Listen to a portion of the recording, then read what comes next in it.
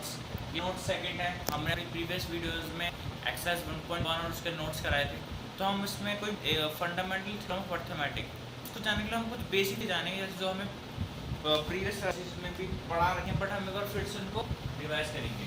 जैसे कि फर्स्ट है हमारा प्राइम नंबर्स। हम सब जानते हैं प्राइम नंबर कौन से नंबर्स होते हैं? Those numbers which has only two factors. वो दो नंबर जिनके केवल दो फैक्टर होते हैं, ओनली टू फैक्टर्स होते हैं। एक 1 होता है और दूसरा वो खुद होता है, उन्हें हम प्राइम नंबर्स कहते हैं। तो इनकी डेफिनेशन किस तरह होगी? Those numbers which have only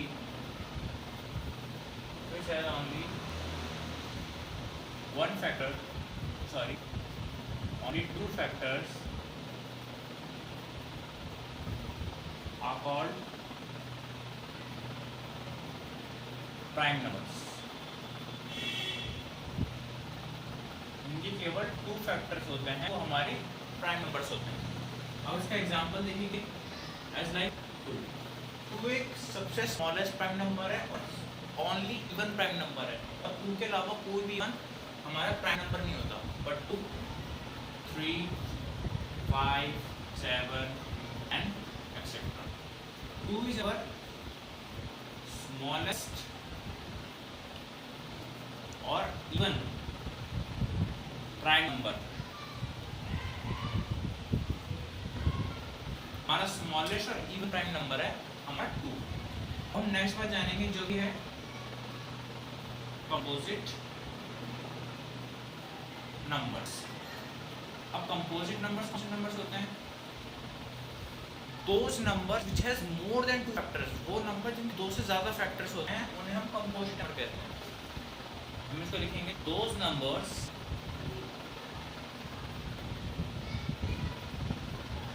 which have,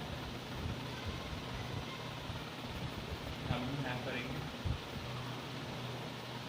which have more than 2 factors are called composite numbers। अब हमारा more than 2 फैक्टर्स हमारा कंपोजिट नंबर होता है। हम इसका एग्जांपल लेते हैं। इसके एग्जांपल में जैसे कि 4, 6, 8, 9, 10 एंड एक्सेट्रा। ये हमारे कंपोजिट नंबर होता है जिनके 2 से ज़्यादा फैक्टर्स। अब हम एक बात जानते हैं, जैसे कि जो हमारा होता है 1, हमारा 1 क्या होता है? वो ना प्राइम नंबर होता है, क्योंकि प्राइम नंबर्स कौन से होते हैं? जो कि 1 से कटे और खुद से कटे। अब 1 के पास तो सिर्फ अपना ही 1 है, 1 तो 1 खुद है वो, और उसका अपना खुद है, तो फिर 1 को क्या कहते हैं? तो 1 इज ए यूनिक नंबर। जो 1 है हमारा, उसे हम अपना यूनिक नंबर कहते हैं, क्योंकि ना वो प्राइम है ना वो कंपोजिट है। तो प्लीज नोट इट डाउन। फिर हम जानेंगे फंडामेंटल थ्योरम ऑफ मैथमेटिक्स होती क्या है। ठीक है, अब हम जानेंगे कि फंडामेंटल थ्योरम ऑफ मैथमेटिक्स होता क्या। अभी हमने प्रीवियस पढ़ा अभी थोड़ी देर पहले कि प्राइम नंबर और कंपोजिट नंबर क्या होते हैं। प्राइम नंबर जिनके ओनली 2 फैक्टर्स होते हैं और कंपोजिट नंबर जिनके मोर देन 2 फैक्टर्स। तो हमारी फंडामेंटल थ्योरम ऑफ मैथमेटिक्स होती क्या है? तो उसका मतलब होता है every composite number which can be expressed in terms of their prime numbers। अब इसका मतलब क्या हुआ कि प्राइम नंबर्स कंपोजिट नंबर, इसका मतलब हुआ कि हर एक कंपोजिट नंबर जो कि प्राइम फैक्टर की फॉर्म में प्राइम फैक्टर की फॉर्म में दिखाया जा सकता है, उस मतलब उस प्रोसेस को हम फंडामेंटल थ्योरम ऑफ अर्थमेटिक कहते हैं। इसका एग्जांपल लेते हैं। एग्जांपल हो जैसे कि हमने 4 लिए, 4 है 2 2 4 4 into 2, तो जो 4 है हमने उसको 2 into 4 के हमने शो कर दिया। हमारा जो प्राइम नंबर है, मतलब कंपोजिट नंबर अगर प्राइम नंबर के फॉर्म में जब एक्सप्रेस किए जाते हैं तो उसे फंडामेंटल थ्योरम ऑफ अरिथमेटिक कहते हैं। और हम और एग्जांपल लेते हैं कि 27 फिर से करेंगे 27 फिर 9 गिवन 3 27 जो है हमारा 3 into 3 into 3 हमने इसको प्राइम नंबर्स की फॉर्म में एक्सप्रेस कर दिया। तो ये हमारी फंडामेंटल थ्योरम ऑफ अरिथमेटिक है। अब हम देखते हैं इसकी एक्सरसाइज में जैसे क्वेश्चंस हैं वो किस तरह होंगे। थैंक्स। तो अब हमारा क्वेश्चन नंबर 1 है express number in the product of the prime factors. 1.2 का पहला क्वेश्चन है कि इसको इन नंबर्स को, इन कंपोजिट नंबर्स को इनके प्राइम फैक्टर की फॉर्म में लाना है। करके देखते हैं हम इनको किस तरह होंगे ये। तो फर्स्ट है हमारा 140।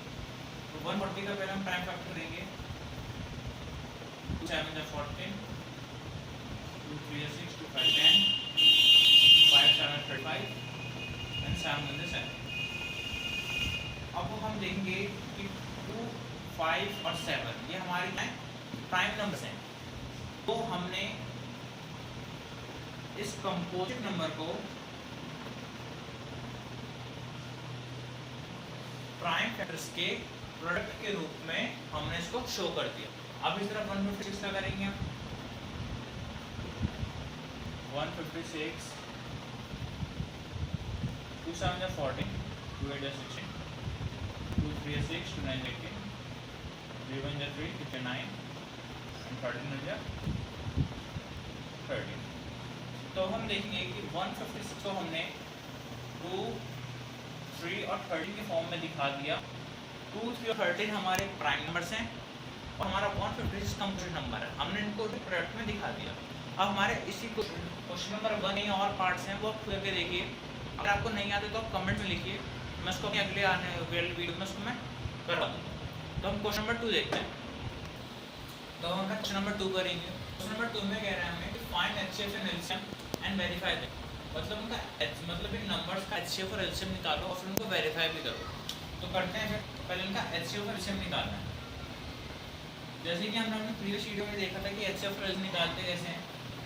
26 करेंगे हम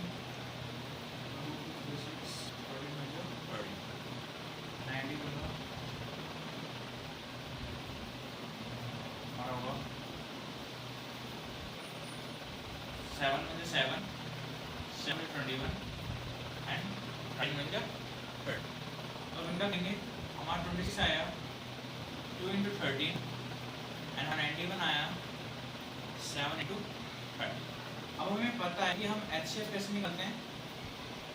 जो भी जितने भी नंबर रखे होते हैं उनमें हाईएस्ट कॉमन फैक्टर कौन सा होता है। इसमें देखेंगे 13 जो है वो दोनों में आ रहा है। 2 एक बार ये एक में और 7 एक बार, तो हम इनको नहीं लेंगे। और 13 दोनों में आ रहा है तो इसका एचसीएफ होगा 13। अब एलसीएम निकालेंगे हम।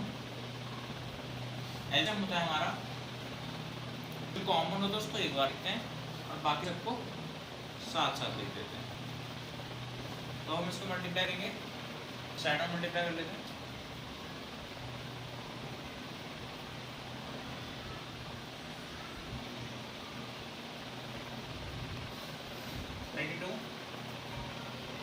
तो ये आ गया हमारा 180।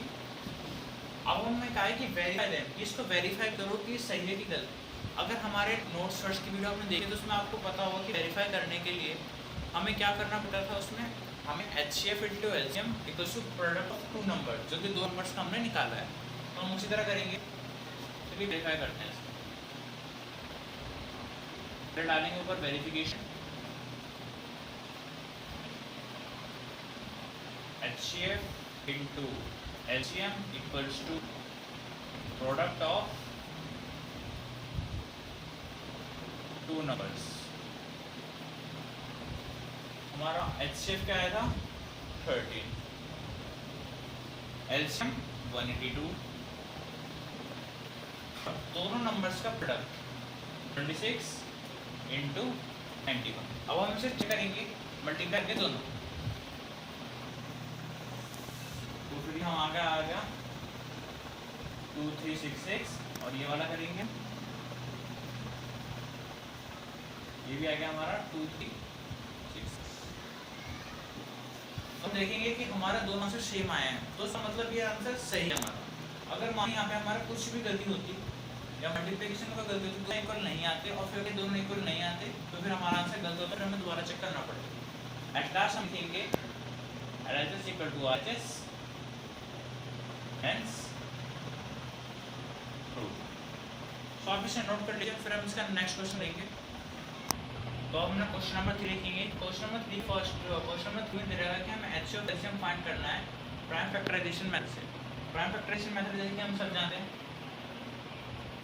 हम सब तीनों नंबर्स का हमें क्या निकालना है, HCF और LCM निकालना है। तो इजी है, तो करते हैं। 2 3 2 3 6 2 3 15 करेंगे, 3 5 15 5 5 एंड 21 का करेंगे, 2 7 14 7 7। तो सॉरी ये नहीं हो गया, यहाँ पे क्या आएगा, 7 21, ठीक है। तो अब इनको करें 12 15 एंड 21।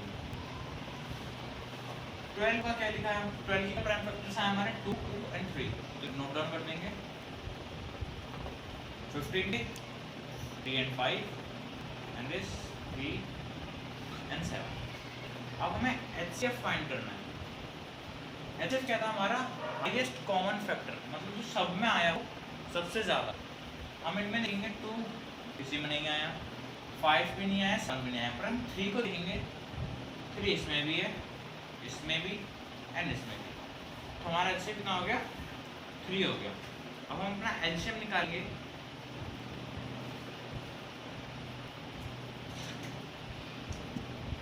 अपना LCM में हम क्या करेंगे, जो कॉमन आई है वैल्यू उसको एक बार देंगे, बाकी जितने भी नंबर्स हैं सबको मल्टीप्लाई में लिख देंगे हम।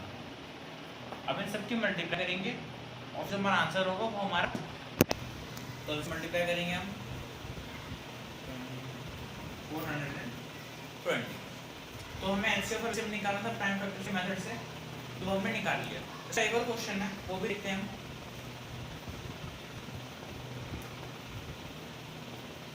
वो क्वेश्चन मैं इसलिए करा हूँ कि वो इन क्वेश्चन से अलग है।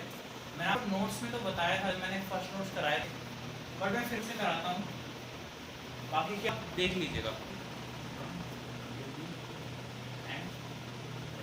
नोट्स में मैंने सवाल समझाया था, पर मैं फिर कराता हूँ उसको। इसमें हमें क्या करना है, इसमें हमें क्या है कि प्राइम फैक्टराइजेशन मेथड यूज करके इनका हमें HCF और LCM निकालना है। जैसे कि हम सब जानते हैं कि 17 23 एंड 29 हमारे क्या है, प्राइम नंबर्स हैं। तो ये तो प्राइम फैक्टर के फॉर्म में हमें मिल सकते हैं, तो हम डायरेक्ट लिखेंगे। अगर देखा जाए 70 23 एंड 29, तो क्या इनमें कुछ कॉमन है, कॉमन है। अब अगर हम देखें तो इनटू में 1 सबके होता है, जो कि मैंने आपको बताया था कि जितने भी प्राइम फैक्टर्स होते हैं उन सब में वो किससे करते हैं, एक वो खुद से करते हैं, दूसरा 1 से करते हैं। तो इसका मतलब इन तीनों 1 कॉमन हुआ, तो 1 ही क्या हुआ हमारा, HCF हो गया। तो HCF हो गया हमारा 1। LCM, अब हम LCM निकालेंगे तो हम अगर 1 है तो 1 को लिखें ना लिखें तो कोई फर्क पड़ेगा नहीं मल्टीप्लाई में, तो हम केवल ऑनली इन्हीं तीनों को उतार देंगे और इनकी जो मल्टीप्लाई करके हम आंसर लिख देंगे। चलो 1 1 3 3 9,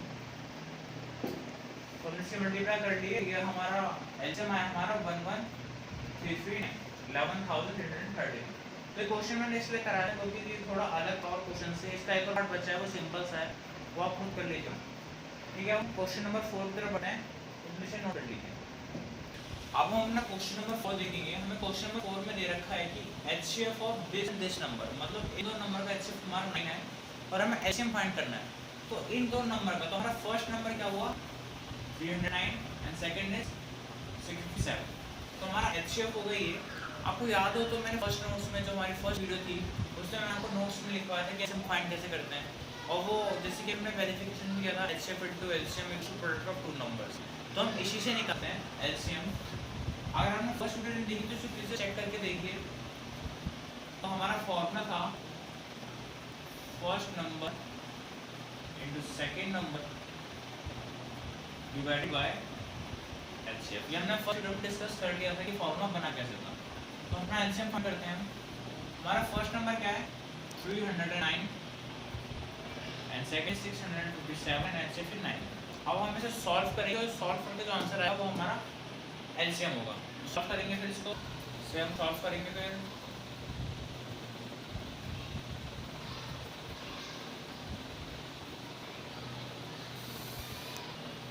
यहाँ पे हमारा 6 था, मैंने कुछ चेक किया 306 और ये हमारा कट के 34 आ गया। तो हमारा एलसीएम क्या होगा 34 इंटू 657 एंड अगर हम इसकी मल्टीप्लाई करेंगे तो आएगा हमारा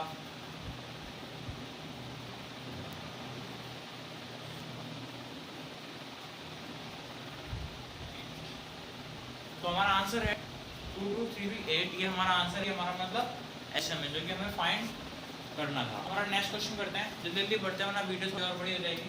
अब हम ना क्वेश्चन नंबर 5 देखेंगे। हमारा क्वेश्चन नंबर 5 हमसे ये कह रहा है कि 6 और 6 की पावर n एक वैल्यू है। हमें पूछा है कि क्या वो इस n की वैल्यू कोई नेचुरल नंबर रखने से क्या उसकी वैल्यू 0 मतलब 10 मतलब इसका यूनिट प्लेस 0 हो सकता है। मतलब हमें 6 की पावर n दे रखी है तो हमसे पूछा है कि यहाँ पे नेचुरल नंबर है, यहाँ कोई वैल्यू रखने से क्या इसकी यूनिट वैल्यू मतलब जैसे 70 यूनिट वैल्यू मतलब 76 है, यूनिट वैल्यू इसकी 6 होगी। इसी तरह से यूनिट वैल्यू का 0 होती है, मतलब कुछ भी रखें कि यूनिट वैल्यू 0 आ सकती है कि 10 20 हो गया, मतलब कि यूनिट वैल्यू 0 होती है। तो मैं पूछा कि ऐसा हो सकता है, तो हम सबसे पहले कर देखेंगे। n क्या है हमारा इसमें नेचुरल नंबर। अगर आपको पता हो नेचुरल नंबर्स में हमारे वो नंबर जो 0 से शुरू होते हैं, सॉरी जो 1 से शुरू होते हैं और इन्फिनिटी तक होते हैं। अब जैसे कि हो गया नेचुरल नंबर्स हो गए 1 2 3 4 5 एंड इन्फिनिटी तक होते हैं। तो हम 6n में एक एक करके वैल्यू पुट करके देखेंगे कि हमारे आता ही ना आता। ऐसे इन्फिनिटी तक होता है, हमें सारे करने की जरूरत नहीं है, हमें सिर्फ एग्जांपल देना होता है। जैसे 6 की पावर 1 रखेंगे अगर हम n = 1 तो हमारा 6 आएगा। अगर हम n की वैल्यू 2 रखेंगे तो आएगा हमारा 36, n की वैल्यू 3 रखेंगे 36 16। और हम देखेंगे कि हमने 3 बार मल्टीप्लाई किया, तीनों में 0 कुछ आ नहीं रहा, हमारा 6 आ रहा है। तो ऐसा क्यों हुआ? इसके पीछे एक नोट है, मतलब एक वजह ये है कि अगर कोई भी वैल्यू होगी जिसकी यूनिट वैल्यू 0 होती है, और वो 0 इसलिए होती है क्योंकि जो हमारे जो प्राइम फैक्टर्स होते हैं उसके अंदर 2 और 5 इंक्लूड होता है। आप कोई भी वैल्यू देख लीजिए S20, अगर हम इसके भी प्राइम फैक्टर्स करेंगे तो इस प्राइम फैक्टर्स में आएगा हमारा 2 × 2 × 5। हमारा 2 चाहे इसमें एक्स्ट्रा हो, बट लेकिन 5 और 2 उसके फैक्टर्स में दोनों हैं, तो उसकी वैल्यू 0 है। अगर हम 100 को भी देखें तो उसकी वैल्यू होगी 2 × 5 2 × 5, और जिसको हम ऐसे भी सकते हैं 2 की पावर 2 एंड 5 की पावर 2, मतलब इनकी वैल्यू में 4 5 आता पता है। ओके, तो फिर हम लिखेंगे ऐसा क्यों नहीं हुआ। No 6n cannot ends with digit 0 as, क्योंकि as अगर हम इसमें फिर भी देखेंगे 6n 2 की पावर n एंड 3 की पावर n, अगर हम कुछ भी इसमें एक्स्ट्रा करते हैं तो है, फिर क्यों नहीं हुआ? क्योंकि इसमें 5 नहीं है। तो हम ये लिखेंगे यहाँ पे as 5 is not included in its prime factors। क्यों नहीं हो सकता? क्योंकि 5 इसके प्राइम फैक्टर्स में नहीं है। तो आप इसको नोट कर लीजिए। इसके बाद हम नेक्स्ट क्वेश्चन करते हैं। अब हम देखेंगे कि हमें क्वेश्चन रखा है कि हमें इसको प्रूफ करना है कि कंपोजिट नंबर है। तो पहला सवाल हमें मन में उठता है कि 2 3 के तीनों मल्टीप्लाई हो रहा है, मतलब कि ये तीनों तो उसके प्राइम फैक्टर्स हो गए, तो फिर क्या जरूरत हमें इसे कंपोजिट नंबर प्रूफ करने की? कंपोजिट नंबर प्रूफ करने के इसमें +13 भी हो रहा है। जैसे एक एग्जांपल देखें, अगर 3 × 3 × 3 हमें पता चल रहा है कि ये 27 मतलब कि देखा जाए तो 3 प्राइम वैल्यू आ रही है, प्राइम नंबर्स आ रहे हैं, तो ये कंप्यूटर नंबर हो गया। बट लेकिन अगर मैं इसमें 1 जोड़ दूँ, 1 नहीं किया तो 2 जोड़ देता हूँ, अगर मैंने इसमें 2 प्लस कर दिया तो अभी क्या होगा 29। तो अब हम ये थोड़ा कह सकते हैं इसको पूरा सॉल्व करना पड़ेगा, तब मालूम पड़ेगा कि तो इसके प्राइम फैक्टर्स निकाल। तो एक स्मॉल तरीका होता है इसको निकालने का, वो इस तरह होता है कि जो वैल्यू हमें दे रखी हो हमें कॉमन लेके, जो हम कॉमन ले सकते हैं कॉमन ले लेते हैं इन पूरी वैल्यू में से। तो हमारे क्या बचेगा यहाँ पे 1 + 1। इसको आगे सॉल्व करेंगे 77 + 1 ट्राई करेंगे 78 और फिर इसका आएगा 101, इसका आंसर आएगा 1014। अब हमें साफ मालूम पड़ रहा है अगर हमने ब्रैकेट्स पे हटा दें मतलब मल्टीप्लेक्स हैं, मतलब ये दो तो हैं इसके फैक्टर्स और ये खुद है और 1 भी होगा, यहाँ पे 4 लिखा है तो यहाँ 2 भी होगा। तो हम इसके लिख देंगे प्राइम फैक्टर्स, इसके प्राइम फैक्टर्स क्या क्या होंगे, 1 होगा जो हर किसी का होता है, 2 इसलिए होगा क्योंकि इसकी यूनिट वैल्यू में 4 आ रहा है, 3 इसलिए होगा 3 इसलिए होगा क्योंकि ये 3 से कट रहा है, और हम आगे लिखें तो 13 ले सकते हैं क्योंकि 13 भी है, 17 भी है और एक खुद का भी होगा। तो अब हम देखेंगे कि एक से ज़्यादा वैल्यू आ रही है, मतलब कि एक से ज़्यादा इसके प्राइम फैक्टर्स आ रहे हैं, तो ये हमारा कंपोजिट नंबर हो। तो हम लिख देंगे hence it has more than factors, so 7 into 11 into 13 by 13 is a composite number। इसका जो नेक्स्ट क्वेश्चन आपको खुद करना, अगर आपसे वो नहीं होता है, इसका दूसरा पार्ट है 7 into 6 into 5 into 4 3 2 1 + 1 या 5, तो आप उसको खुद करना, और अगर आपसे वो नहीं होता तो आप कमेंट्स में लिखिएगा, मैं उसको अगली वीडियो में करवा दूँगा। तो नेक्स्ट क्वेश्चन की तरफ बढ़ते हैं, जो हमारा लास्ट क्वेश्चन है, देखते हैं। अपना क्वेश्चन नंबर 7 देखिएगा। अब क्वेश्चन नंबर 7 में क्या कह रहा है कि दो मतलब एक सोनिया है, रवि है, ये दो बच्चे हैं और ये एक सर्कुलर ट्रैक पे दौड़ रहे हैं, स्टार्टिंग पॉइंट से सर्कुलर ट्रैक पे दौड़ रहे हैं। सोनिया एक राउंड खत्म करने में 18 मिनट्स लेती है और जो रवि है वो 12 मिनट्स लेता है। तो अब हमसे पूछा है कि दोबारा कब मिलेंगे वापस, मतलब ये दोनों एक भागना शुरू करते हैं। सोनिया को 18 मिनट्स लग जाते हैं, रवि 12 मिनट्स में जाता है, तो मतलब रवि आगे रहेगा।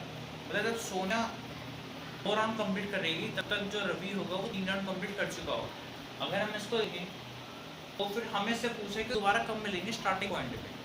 मतलब हम इसको यूँ भी कह सकते हैं जैसे कि जो सोनिया है उसे 18, जैसे कि एक सर्कुलर ट्रैक है, यहाँ से इसका स्टार्टिंग पॉइंट है, सोनिया दौड़ना शुरू करती है इधर से, सोनिया उससे लगते हैं 18 मिनट्स, और जो रवि है वो दौड़ना शुरू करता है उसे लगते हैं 12 मिनट्स, मतलब ये पहले पूरा कर लेगा इससे। तो हमें पूछा कि दोबारा कब मिलेंगे, तो हमें इसको फाइंड करने के लिए इसका एलसीएम निकालना होगा, क्योंकि एलसीएम से हमें ये मालूम पड़ जाएगा कि ये दोनों कब कौन सा इनके बीच में लीस्ट कॉमन मल्टीपल, मतलब कि हम ये कह सकते हैं कि दोनों में कॉमन क्या होगा। फिर तो हम इसका एलसीएम निकालते हैं। फिर तो एलसीएम ऑफ 18 and 12, तो हम इसका एलसीएम निकालेंगे, 2 9 80 2 12 9 6 1, तो इसका एलसीएम हुआ हमारा 2 into 2 and 3 into 3, 36. So they will meet again at starting point